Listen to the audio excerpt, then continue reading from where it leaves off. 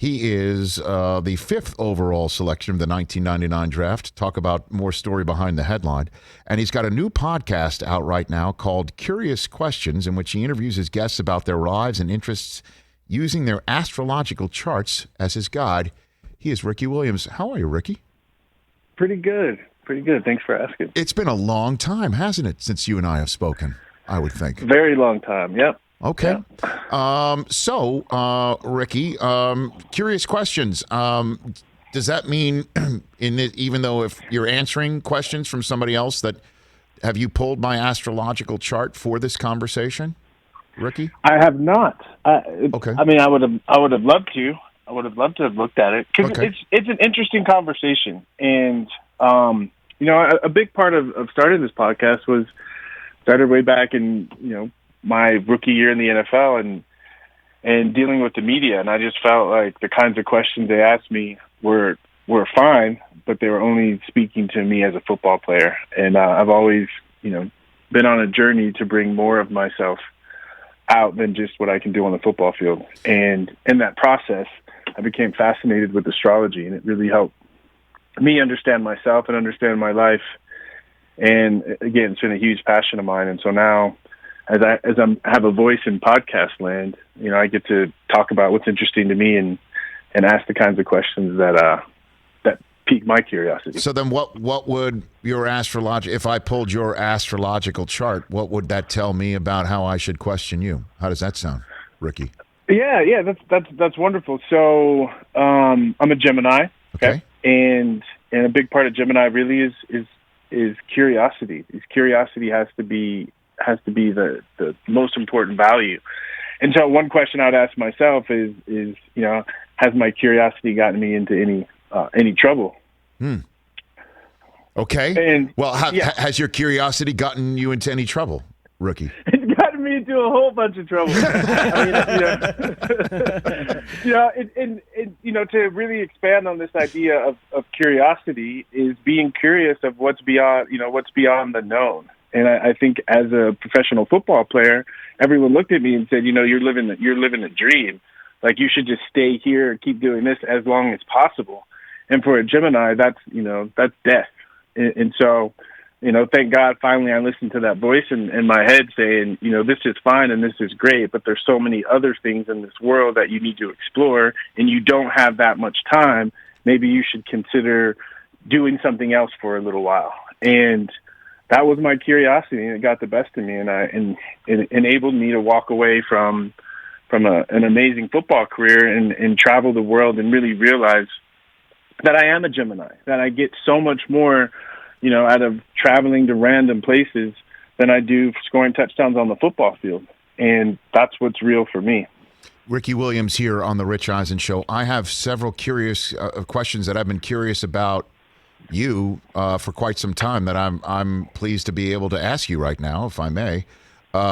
First things first, Ricky, if you were drafted just straight up and not had a team acquire you by using their entire draft, that, if you will, set of circumstances, do you think you'd have had a different playing career?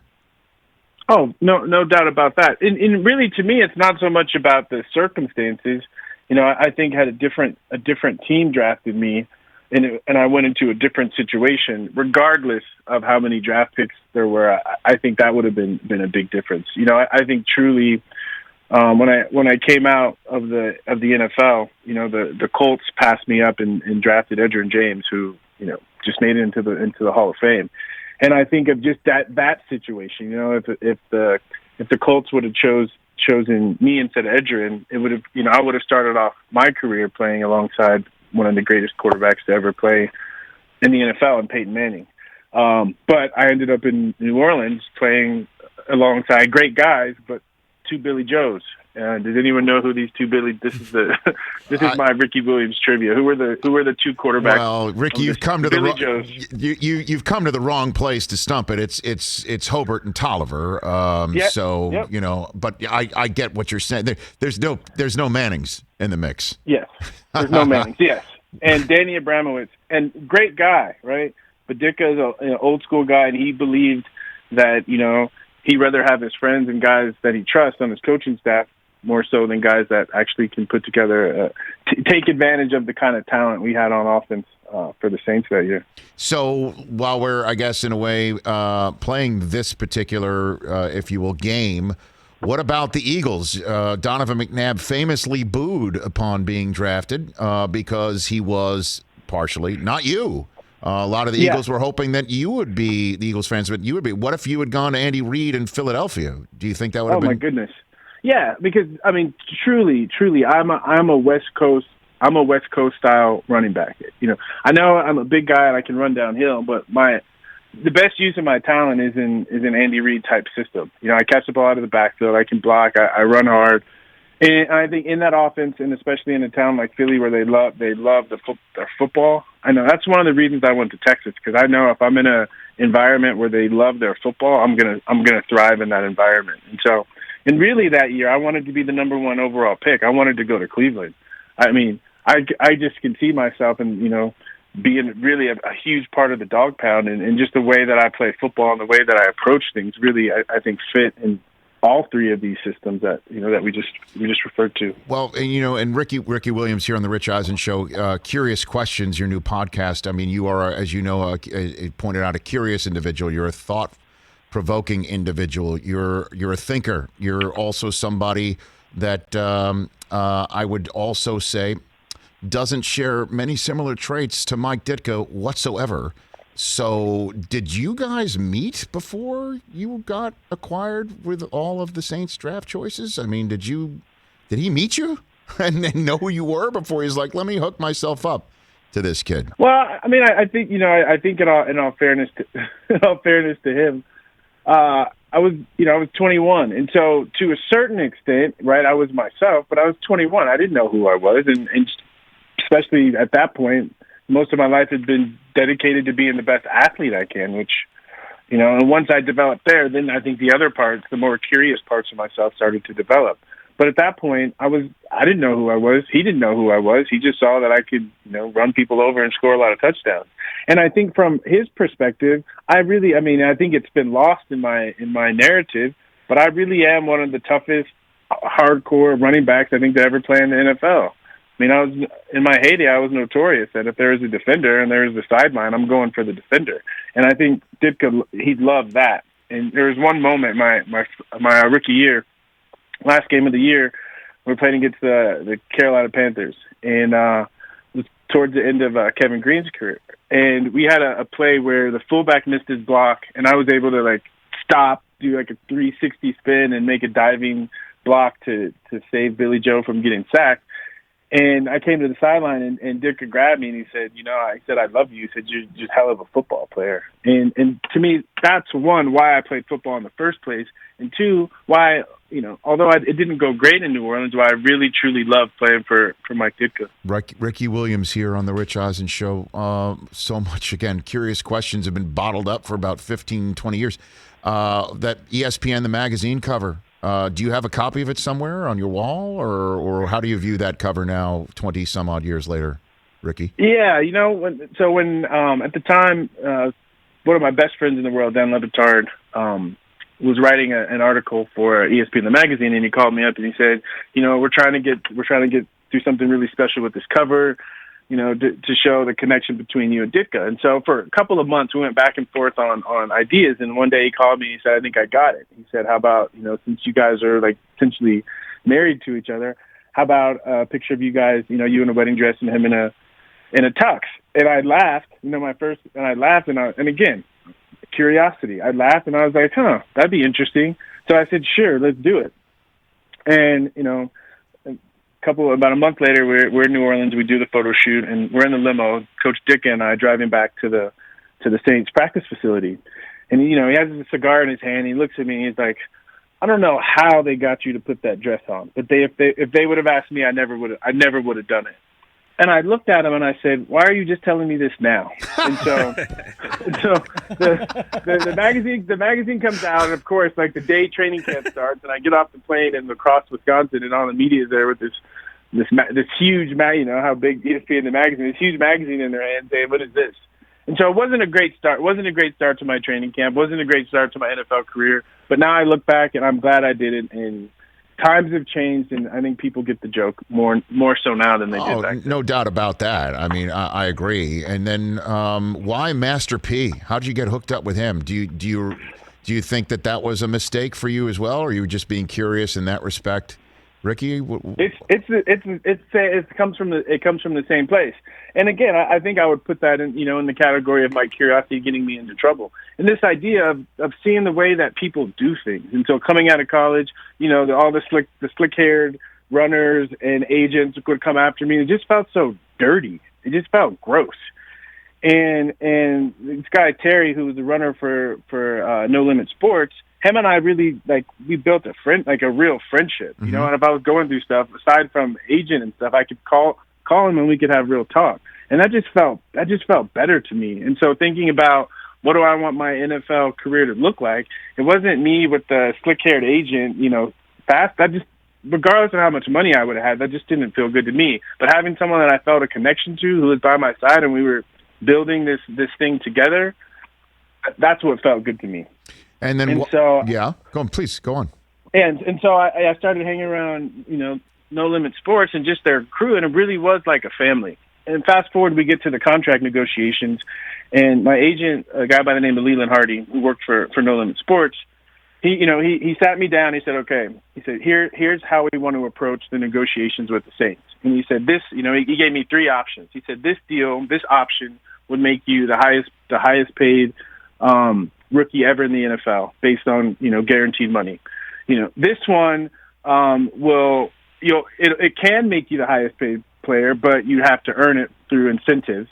And then he said, okay, and this one is kind of in the middle, and these are our starting points. And immediately I said, my whole life I've hated watching people on television complain about how athletes make all this money, and they don't earn it. And so I said, I don't want to be that guy. And so I said, I want to take the max of a signing bonus I get for being the fifth pick this year, but for the most part, everything else I want to have to earn. And he looked at me and he said, are you sure? And he spent that whole weekend trying to convince me to change my mind. And I said, you know what, this is something that is really important to me. Looking back, I think the thing I would change is I was 21. I'd never missed a game, high school, college. So I didn't think that there was a chance that I get hurt. The very first preseason game, I get a high ankle sprain, miss 10 games my first two seasons, and so that put me behind the eight ball trying to meet the incentives that I put into my contract. Oh my gosh, Ricky Williams here on the Rich Eisen Show. So, how do you look back at your career, Ricky? How do you view it now through these years? Well, two different ways. One, it was important for me to get to that 10,000 yard mark. I felt like through all the ups and downs and everything that I went through, to still walk away with 10,000 yards in technically 11 seasons, but one of those seasons was only a quarter because I tore my pec. Mm-hmm. So almost averaging 1,000 yards a season, considering the last half of my career, I wasn't even the starting running back. So I feel like I left my mark on the field. But more importantly, when I was a kid and I thought about becoming a professional athlete, it wasn't for the money or the fame. It was to have a platform. And the fact that I'm now, I have a podcast where I get to talk about astrology, I feel very good about my career, that it's put me in this position. Where's your Heisman Trophy? Where do you keep it? I sold my Heisman Trophy, and so I don't even know the guy who bought it. So it's at some guy. I'm guessing it's in some guy's trophy room. I didn't know that. When did you do that? Why'd you do that? There's a big story a couple of maybe a year and a half ago where I guess the Heisman signed some. They made the winner sign a contract saying after me that no more Heisman Trophy winners could sign could sell their trophies, and so mine was actually the last that could be sold, and I actually sold it several years back. So it's in the news, but one of my close friends became my financial advisor, and about 2 years after I retired, I got a call from the IRS saying that I hadn't paid taxes in 3 years, and so I was like, "What are you talking about?"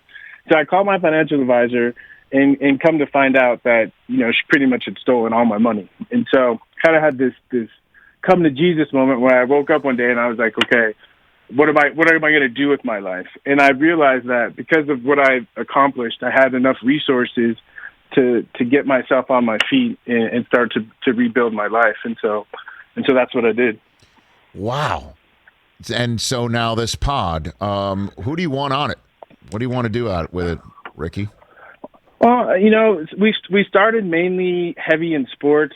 A couple of icons in the cannabis industry I got a chance to talk to my agent, my eventual agent, Lee Steinberg. But really, I would love to talk to interesting people from all walks of life.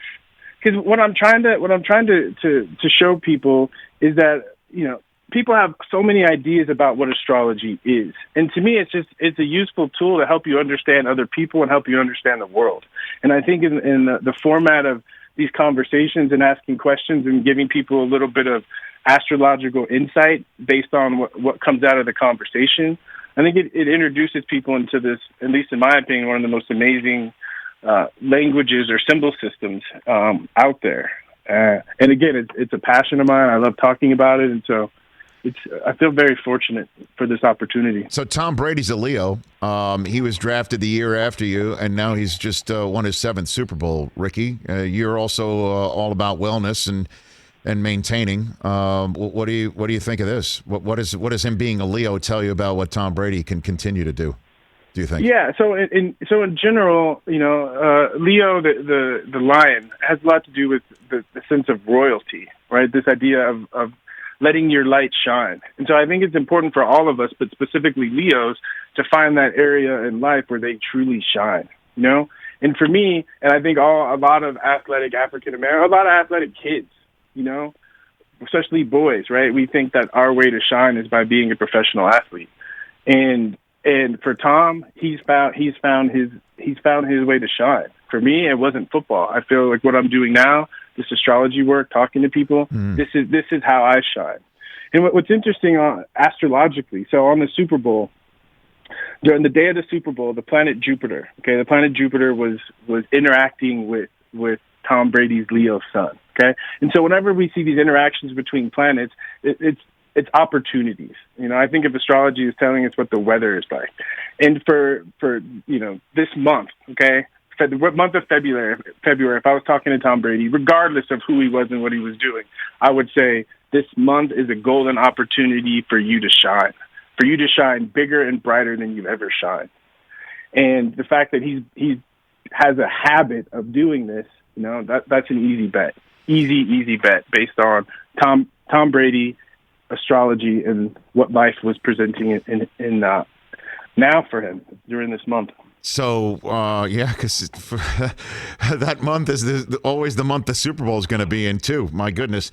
My sign's Cancer. What does that mean as we end this conversation, Ricky? What can you tell me? Well, I mean, I think right dead on with Cancer is the nature of this conversation. Most of the time when I talk to people in the sports media, the conversations are more superficial. And the truth of Cancer is about getting to your heart, feeling comfortable talking about the things that you mainly only think about inside of yourself. And so a big part of Cancer is family, right? And I don't mean blood family necessarily. I mean those people where you feel like you can really share what's on your heart, what's on your mind. Because if we don't feel safe enough to share what's on our heart, we don't ever get the opportunity to get really in touch with ourselves. And so Cancers typically tend to be introverted because they're more interested in the inner world. And I would guess that a lot of your interest in what you do is really getting to the story or getting to the person that's underneath the helmet, underneath the uniform. That's what I do. That's what I love to do, and that's what I love to bring to the audience. And anytime, I'd love to return the favor if you so choose to have me on your pod, Ricky. It's been way too long since we've chatted. I'd love to do it. Yeah, that'd be awesome. The favor. I'd love to. Awesome. Absolutely. Thank you for this chat. You take care of yourself, Ricky. You. Let's do it again soon. You too. You bet. That's All Ricky Williams. Ricky Williams, at Rick the Laureate on Twitter, at Williams on Instagram. Hey, you watched all the way to the end. Thanks for that. Watch more right here.